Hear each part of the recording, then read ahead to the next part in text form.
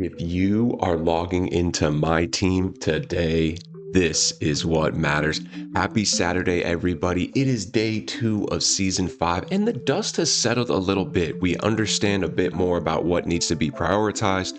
Plus, the auction house is off and running. We sold over 30 cards yesterday and bought over 30, maybe 70, 80 total transactions. Let's dive into it and see what matters. 4 challenges. We understand now. Day 1, they gave us 2 cards. This Boozer, who was very good, and Lauren Betts, who's kind of fun in her own right. This card can dunk pretty good, actually. I was talking about it earlier, how are these WNBA, players going to be at dunking? Well, they're making them able to dunk. I mean, this is actually a pretty fun card to use. But essentially, yes, you get a new card every day now. So they started us with 2. Today is just 1. It is 3-minute quarter games. Pretty easy to do. If you unlock that card, you have the time-sensitive get 5 points, assists, and rebounds. It's not tied to her evolution. It's just a separate challenge for that Hall of Fame badge and the exchange piece. If you collect those exchange pieces every day, you're going to be able to use them in the exchange. We still don't know what cards it's going to be. We're not sure exactly what Alumni Dark Matter. A few different people, I've been watching videos. Some think it's going to be maybe any dark matter from this season. I think it's going to be an alumni specific dark matter.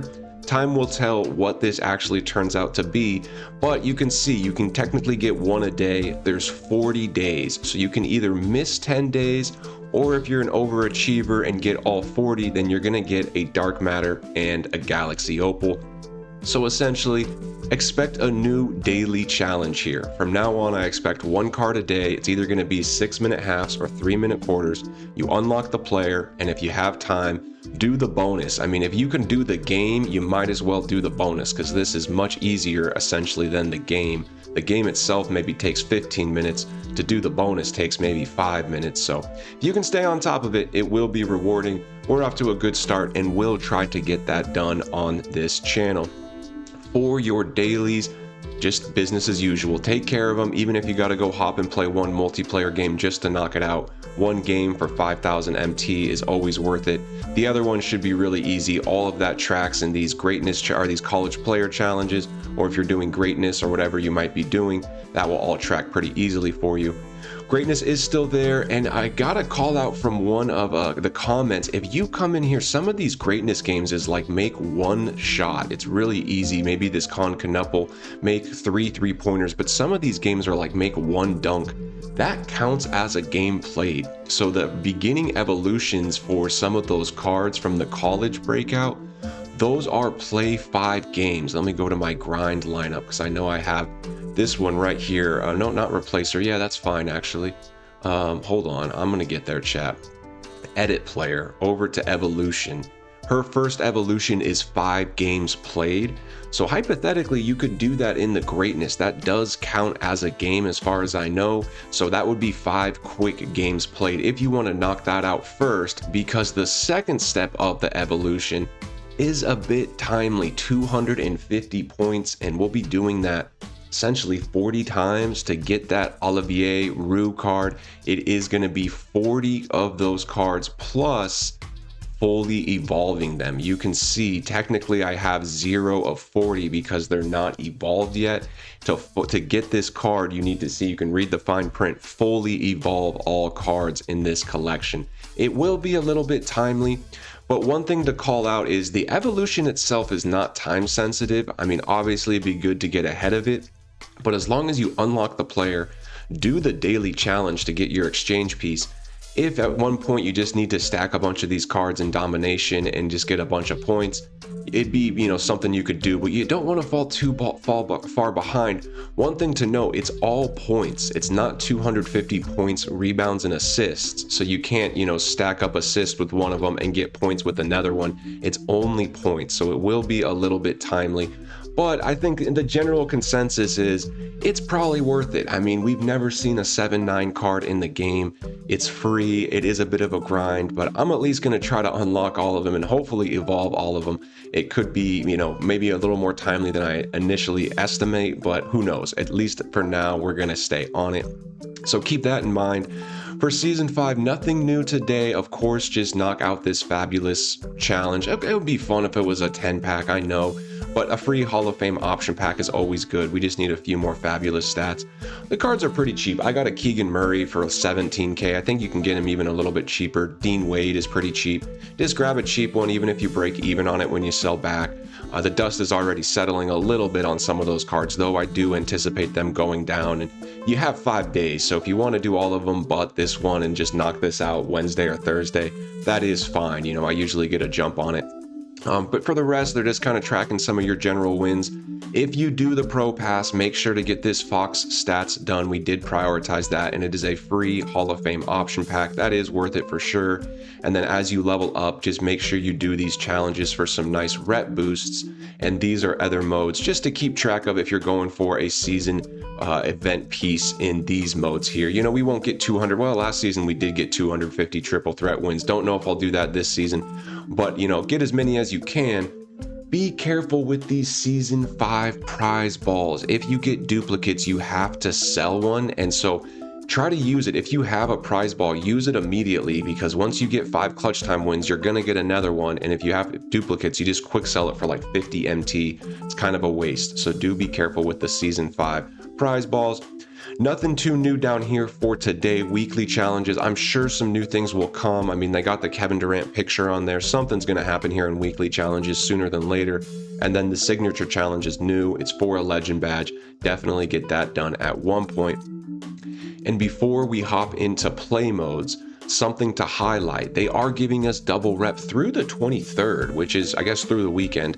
Just use any college player, Boozer counts, any free card that you've gotten, any college player, I'm sure any of the alumni players count, to earn double rep. Really easy. Just, I think they do need to see the court. So if you're playing a full lineup game and they're at the bottom of your bench, just sub them in for 1 second. They need to touch the court and you will get double rep. If it's triple threat or clutch time, they'll obviously hit the court. So take advantage of that. Double rep is nice. We are still repping up, and keep working on the season. We're only level 4. Where this really starts to hit momentum is when you start getting these 2x XP coins. I'll get one at 6 and then 7. So once we get those 2x XP coins, we will start flying through here a little bit faster. But for now, it's just slow but steady pace on that front. On to the play modes, and a couple things to note. One, they updated Breakout. I actually didn't realize they did this, but look at the update. This is by far the best cards we've seen in Breakout. I know the cards are really rare. The best I pulled is a diamond, I'll be honest. But if you could get a Tim Duncan out of a Breakout board, or even Cade Cunningham, or even Ja Morant, really any of these cards, I know maybe Trae Young wouldn't be quite as exciting, but that Chet, I mean, really, this is a pretty good spread of cards. So Breakout is more rewarding than it's ever been, and it's definitely not a bad mode right now. One, you can, I mean, when you're playing Breakout early in the season, you can kind of knock out like 4, 5, 6 grinds at the same time, because you can get the Season 5 event exchange piece in this mode if you collect 13 of the pieces from the corners in this mode, and then that will lock in for a Season 5 exchange piece. And so that is actually quite worth it right there. That alone is kind of a grind in its own right. Let's see if I can find it here. It's going to be in Breakout. You can see I've gotten 1. So if you get 13 of these Breakout Season 5 exchange, you can lock 1 in here, 2 in here, and then 10 in here. And that's a Season 5 completion event card. It's kind of a mouthful. And that is what you use to lock in for one of these rewards. Quite rewarding. So you can knock that grind out in Breakout passively, but then of course you're also knocking out any of these college player challenges. You can get your Season 5 challenges done here, like your fabulous stats. So there's 3 grinds in its own right. Plus, you're just gonna get a bunch of rewards. I mean, all these ball drops, I'm getting 1,000 MT here. Once you go through the warp, you're probably gonna get at least 1 or 2 games that's at least 3,000 MT. If not more, there's still 10,000 MT out there, plus all the cards. So really a pretty fruitful, grind. And you can see, like, when I'm gonna come play this full lineup game, I'm going to get stats with Keegan Murray, I'm going to get games played with Olivia Olson, and then I'm going to get points with Boozer and Betts. And so I'm knocking out 3 or 4 grinds quite quickly, and I'm still grinding Breakout. So definitely a shout out for Breakout. If you're thinking offline, I think that's the most fruitful way to do it. If you're just chasing that event completion card, then Gauntlet is the fastest. I mentioned it yesterday. I mean, this can be done really anytime. It's a 10 to 12 hour grind. Whether you want to jump on it and get it done early and go get one of those rewards, or if you want to save it towards the end of the season, it's up to you. But there's a few different options there. Showdown is great. We're grinding Showdown. We got up to 5 wins yesterday. It was fun. Then we used a few of the winner chicken dinner, or one of the pieces, or whatever those are called, where you can game changers. One of those game changers that gives you a free win. So it actually got us up to 7 wins, but we won 5 actually on the court. We'll keep playing Showdown. It is a lot of fun. I'm definitely going to enjoy it. We have such a good lineup.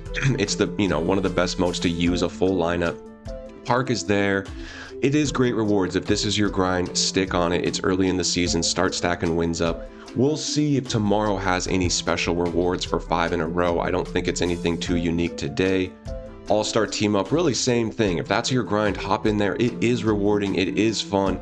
So between Park, Triple Threat, All-Star Team Up, Park, and Showdown, it's kind of like if you're going to hop online, pick one of those, lean into it, and I think it is best to kind of stick with one to a certain extent, because you just want to get up to the higher win rewards. If I just do a couple games here in Showdown and then a couple games in Park, like I won't get to these higher tier rewards. So 2K does kind of reward you to commit to a certain mode. So line your shot up. Be like, this season, what do I really want to play? We've chosen Showdown. Next season, it might be salary cap. We actually didn't talk about it yesterday, but they didn't give us really any great rewards from what I've heard. 10,000, it's just a legend badge. So salary cap's not super rewarding, at least for us, but pick your online mode and kind of stick to it, and then balance it with your offline grind. Or if you're fully offline, then Breakout's the way to go right now. And hopefully they do give us a new domination eventually. I mentioned yesterday, I was like kind of a relief because there is a lot to grind, but at a certain point, they could release a domination mid-season. They've done that in years past. It is possible. Maybe they just skip it this season, but I'm sure we will have another domination. And a couple more things to talk about here. First off, might as well just shout out exhibitions. Get these done, even these easy ones. We will circle back and make sure to do all of these. And let's look at King of the Court, because it's interesting. We're not playing this weekend. They didn't do the rewards justice. I mean, they did the same thing where they kept the reward pack the same. It was a 95 plus last weekend for tier 2, but then last weekend it also gave you a dark matter piece, which is huge. We know how valuable dark matter pieces are. So it's like they cut the rewards almost more than in half. I value the dark matter piece even more than this 95 plus. So it's like they really cut them completely in half, in my opinion. I know a lot of people are still playing and having some good success. So that's fun. If you want to play it, that's great, but I'd rather focus on Showdown to start. But something to note, Ty is not at the top of the leaderboard. It's been a while since I've logged in on a Saturday and not seen Ty at the top of the leaderboard. Still plenty of time. I'm sure he will be playing quite a bit today. I don't recognize the name at the top, Jeckery. He's got the dashes in between, so not exactly sure how. And who knows? I mean, we've seen people win it and then get reclaimed. Not saying that's going to happen, but there's still plenty of time and a few people in the mix, so that will be something we monitor. We'll have updates on that tomorrow. But yes, as far as play modes, beginning of the season, there's a ton to grind and Breakout if you want to stick offline. And when you're ready to hop online, find the mode that's most fun for you and give it a fair shake. Like, see which one you kind of want to commit to, because that's where the better rewards are. And we do want to make sure we are being as effective as possible. And let's dive over to the market. I don't think we really checked into the pack market yesterday because, we're not opening any packs. Yes, we got the Pro Pass, but it's more just to know what's out there. So they got the typical 50 boxes and things along that nature. And the new set is out and it's kind of landed. I mean, there's some really good cards in this set, actually. Of course, the 100 overalls will be good. They're very expensive. I'm not too excited on this Chris Webber. I think Wilt will be a very good card for a long time. Some of these Dark Matters are quite good. DeAndre Ayton's been expensive. Lauri Markkanen people really seem to like. This Christian Laettner card is a good card. Kirk Heinrich, I think, is really undervalued. I mean, he's going for pretty cheap. And then these Galaxy Opal, mainly this Harrison Barnes. This card has kind of set the community, not ablaze, but people are excited about this card. It's a really good card. It does a lot of things very well. So that's a pretty good card. And then everyone is very excited about Roy Hibbert. I said a hip to the hop.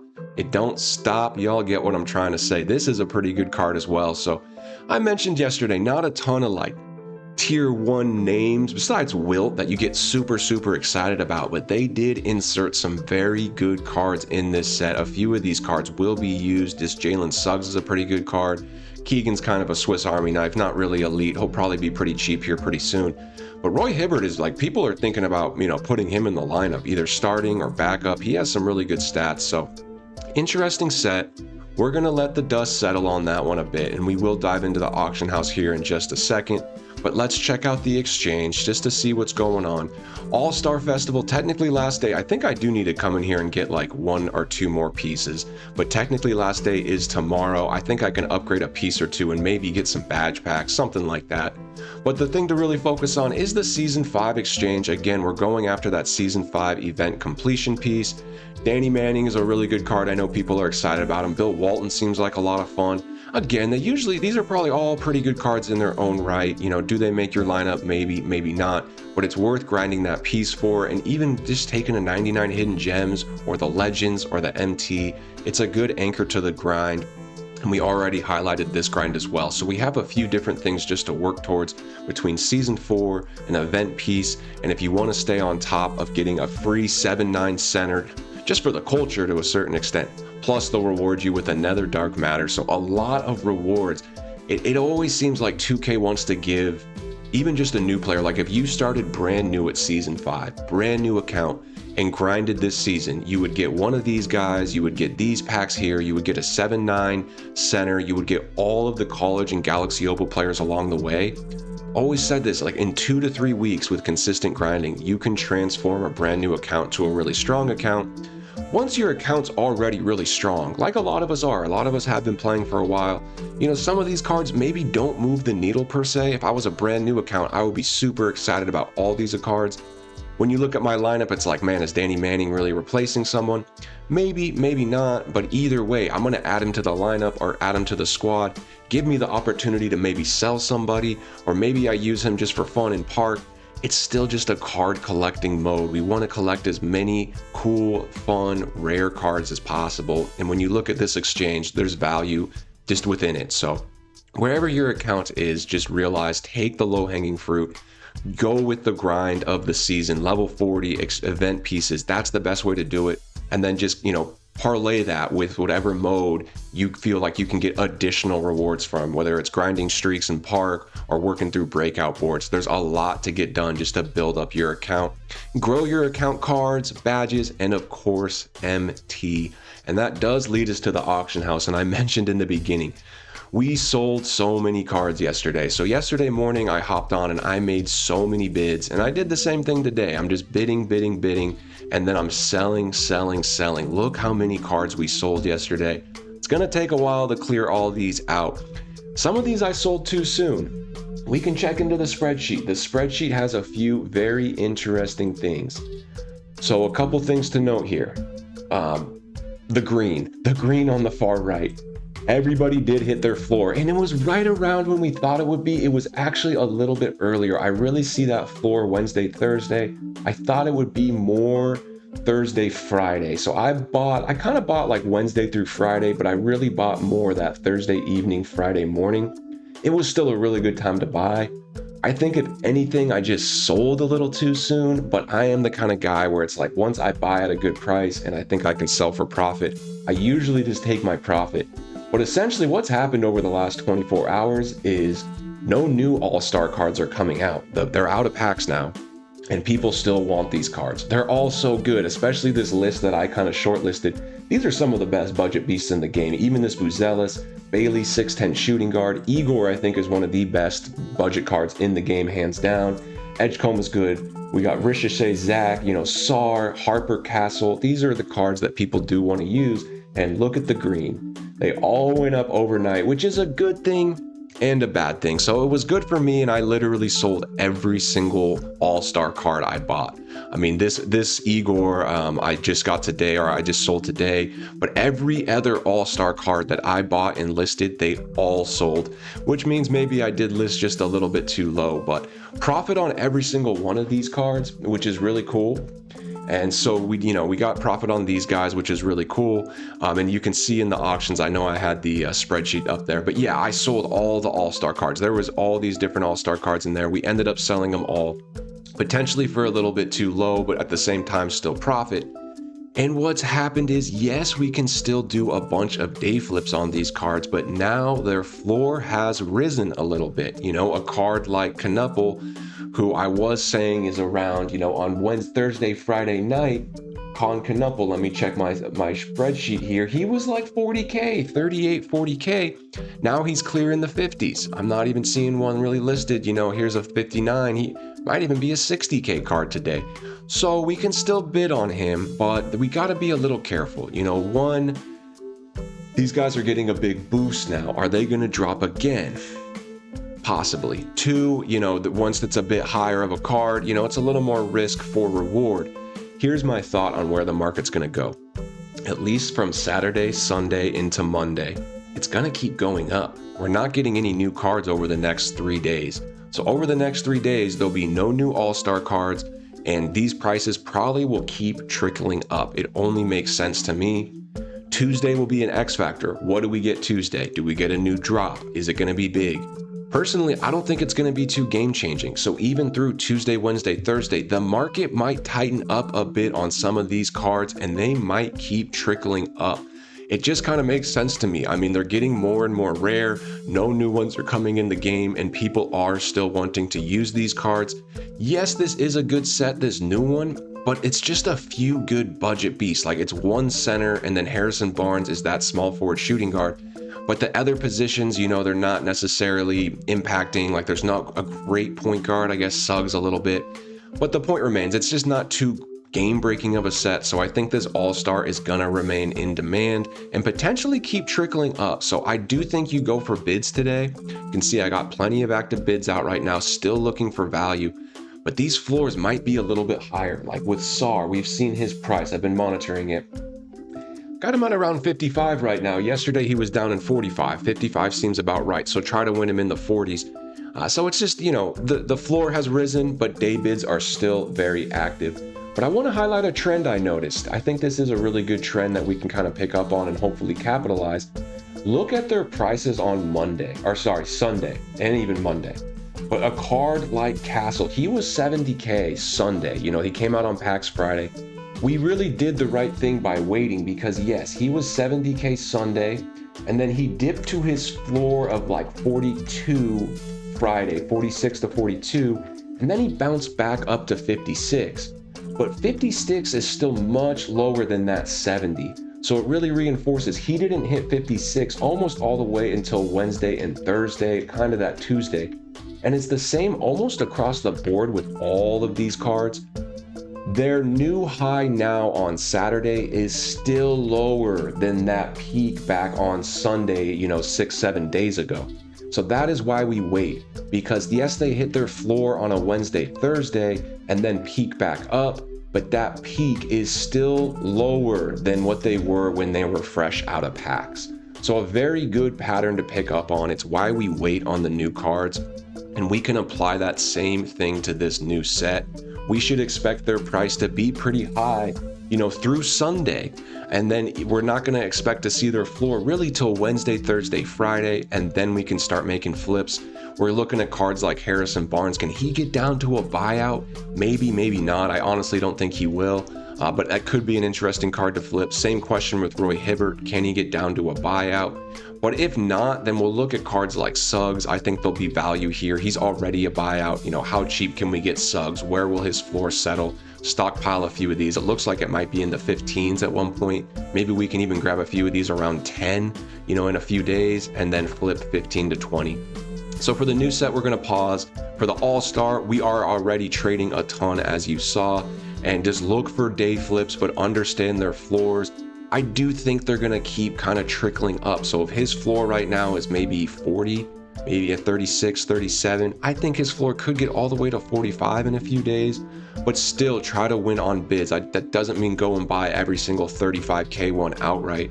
Rather use this and still just bid on his daily floor. If he's a 35K card, I'll bid up to 30, maybe 31 and see if I can win that and flip. Other than that, some day flips are still alive, but honestly, these past sets are just not quite as meta. This has been a bit of a meta shift with so many new cards coming out with quick jump shots, especially like all of these cards. Some of these cards are really good. You know, this Boozer has set the community on fire. They're saying this is the best budget card. People are saying he's better than Tom Chambers, or equivalent at least. Most of these cards when evoed have their jump shots on quick, and some are pretty good, you know? So it makes some of these older sets just a little bit less usable because almost all these cards have normal jump shots and slightly worse animations, and we've just seen a bit of a shift here at the All-Star set. Not to say some of these cards still can't be traded. I mean, I traded an Adam Morrison. We're making good MT on him. One like this, I still think he's like a 25k card. We're gonna try to win him around like 20 and just try to do the day flip. So there is some value here in past sets, but just really make sure it's a card people want to use. People are still using this Walker Kessler. See, his price is pretty consistent. Maybe try to grab that one at 20, maybe not though, I'd rather bid. You can still bid on past sets, just be a bit more selective on, you know, meta cards. Even cards like Aldama's really gone down low. Just not as many people are using them. But then Anthony Black, this is still a pretty good card that people do want to use. You know, he's held his price. His buyout's probably closer to like 40. I see 45 kind of newly listed, but maybe I can win a bid in the 30s. So still value in the past sets, just be a bit more selective. I'm not bidding on quite as many diamonds, really more elite diamonds and pink diamonds from past sets.